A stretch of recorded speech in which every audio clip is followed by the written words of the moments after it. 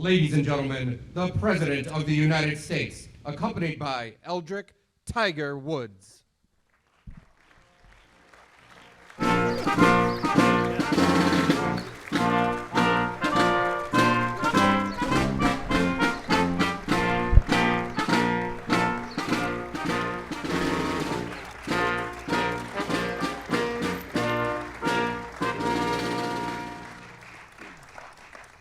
Thank you very much, please.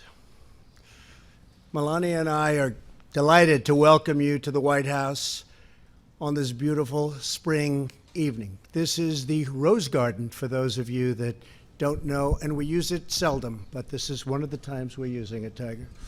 Today is my privilege to award our nation's highest civilian honor to one of the greatest athletes in the history of sports, Tiger Woods.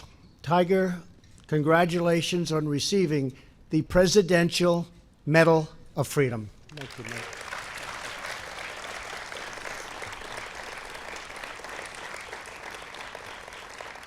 We're thankful to be joined on this occasion by our great Vice President.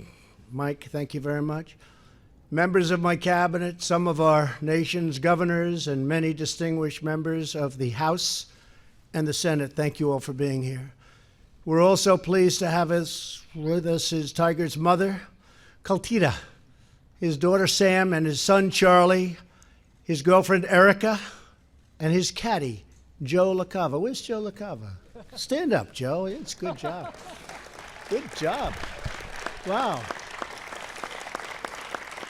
Good job, Joe. For over 5 decades, the Presidential Medal of Freedom has been given to individuals who have made outstanding contributions to American life, history, and culture. This evening, we are in the presence of a true legend, an extraordinary athlete who has transformed golf and achieved new levels of dominance. He's also a great person.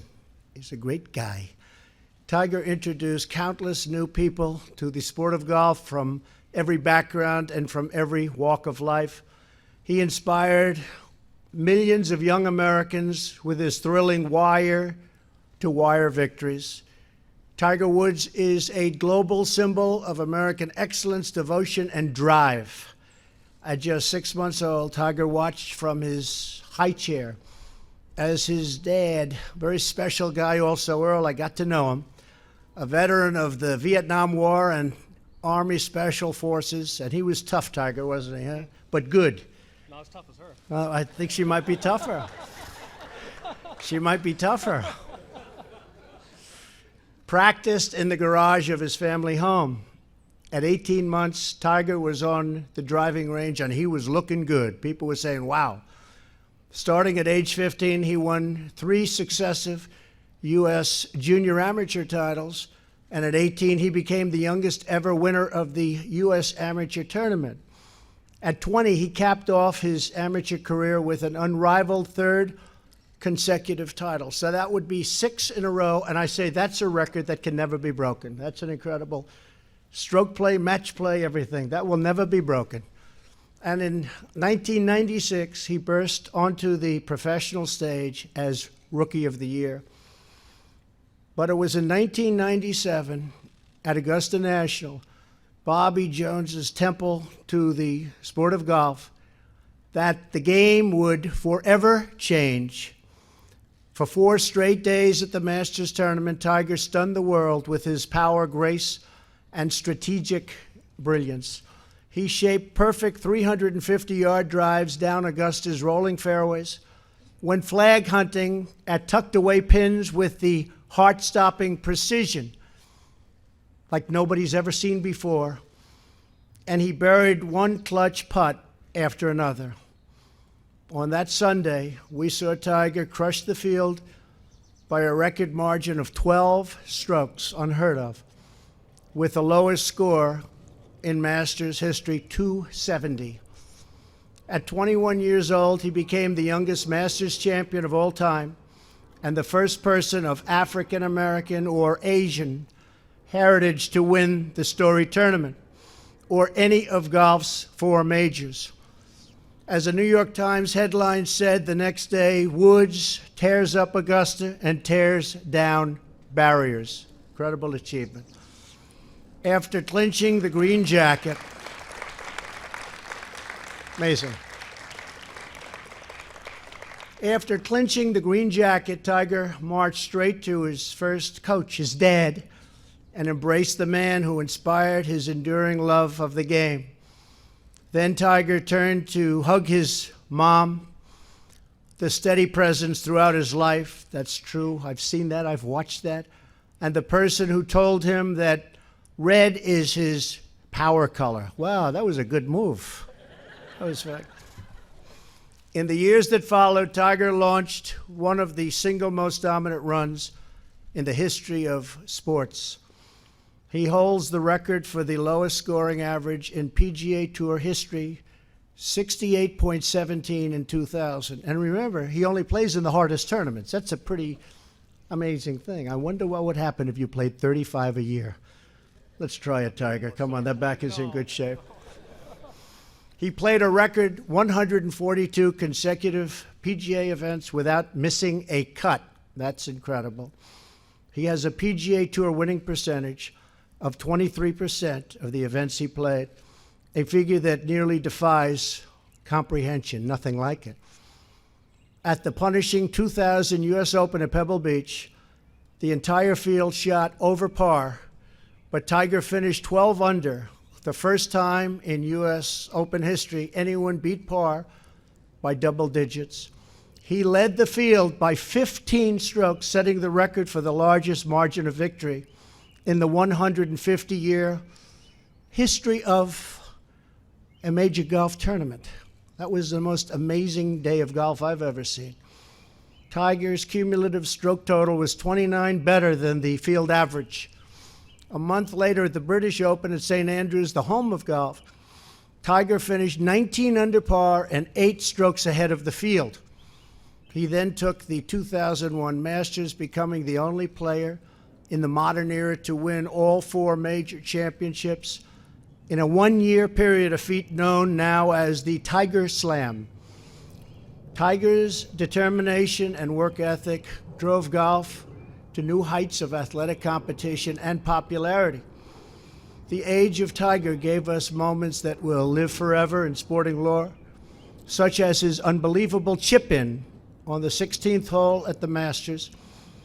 The shot rolled perfectly along the slope of the green and hung on the edge of the cup for a breathtaking 3 seconds before finally dropping in. We've seen that shot many, many times.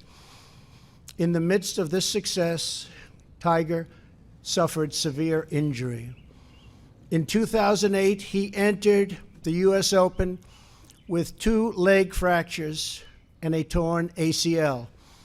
On the 3rd day at Torrey Pines, he was 1 over par after the 12th hole, and it really looked like he had no chance. Then came some of the most riveting scenes in golf history.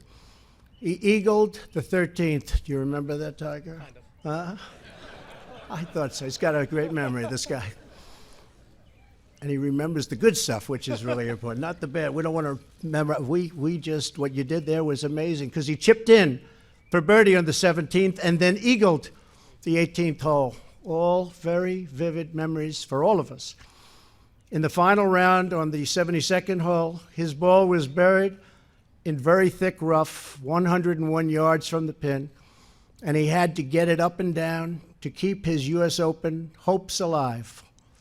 After hitting a 60-degree wedge to within 15 feet, Tiger willed the putt in to force a playoff. That was a great playoff with Rocco. He fought through the pain and won the dramatic 19-hole playoff on Monday. Unfortunately, 2 days later, Tiger announced that he would be unable to compete the rest of the season due to his injuries. In the years that followed, Tiger endured knee surgery and 4 excruciating back surgeries. I know that you remember too. That's not good, but it ended up good, including a spinal fusion in 2017. He fell from number 1 in the world rankings to 1,199th. I don't believe that. Even if he had 1 leg, I don't believe that. That's got to be the best bet anybody ever made. Tiger's injuries were so profound that for 2 years he could barely swing a club. As Tiger said, there was a point in time I didn't know if I'd ever do this again, if he'd ever play again.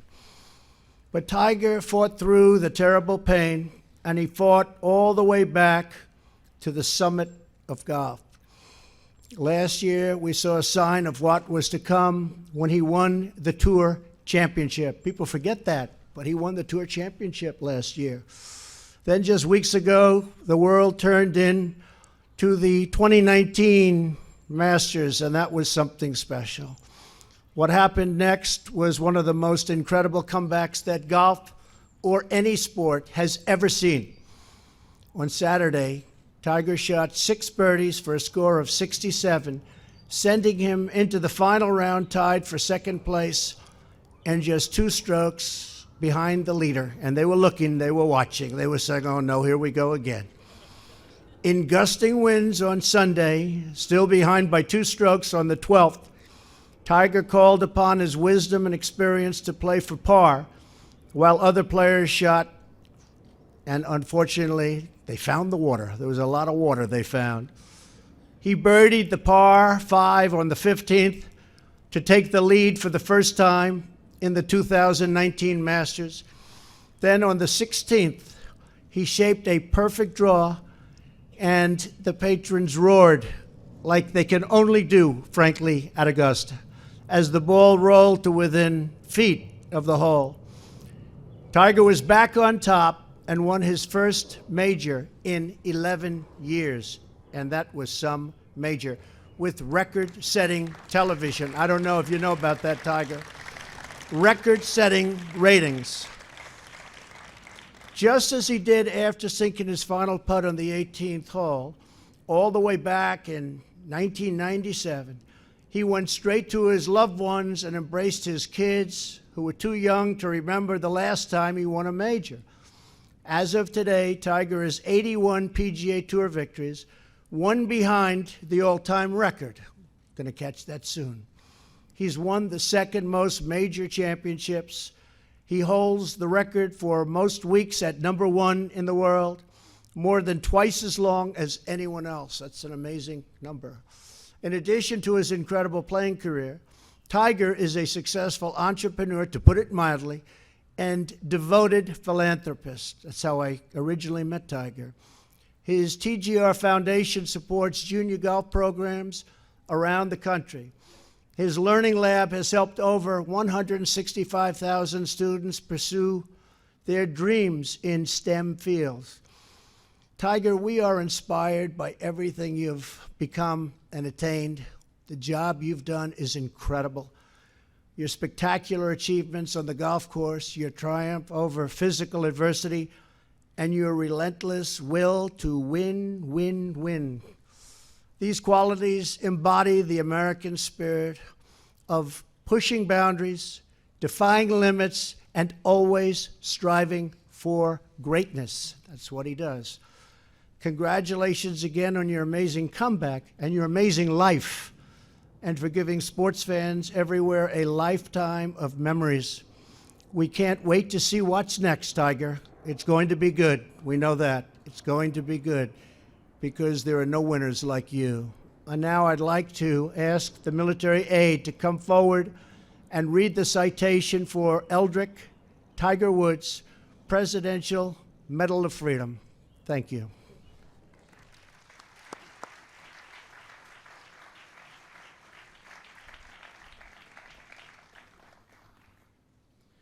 Eldrick Tiger Woods is one of the greatest golfers of all time. He is second all-time in both professional victories with 81 and major championships with 15, including 5 Masters, 3 U.S. Opens, 3 Open Championships, and 4 PGA Championships.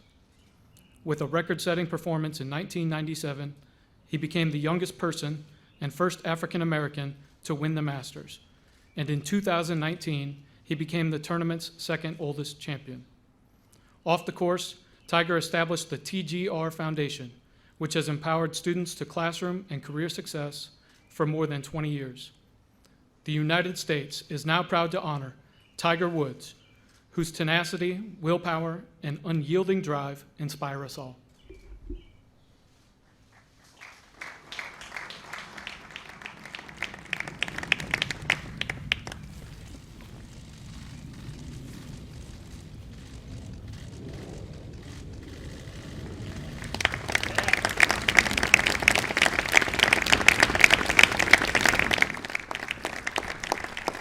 Thank you, Mr. President, Mrs. Trump.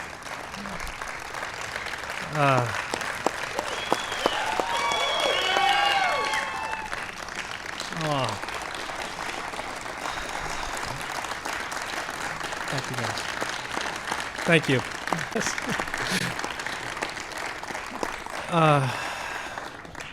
I just want to say this has been an unbelievable experience, and to have the support that I've had for all these years, and everyone here has seen and been with me for, some of you for my entire life, and some of you for more than half my life. You've seen the good and the bad, the highs and the lows, and I would not be in this position without all of your help.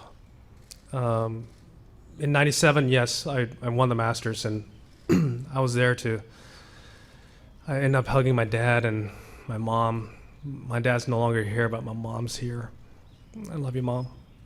Thank you. And Sam and Charlie for all your love and support. I love you guys so much. Erica, thank you. I mean, everyone has meant, you guys have meant so much to me in my life, and I've battled. I've tried to hang in there, and I've tried to come back and play the great game of golf again. I've been lucky enough to have had the opportunity to do it again, and I found a game that has allowed me to do this.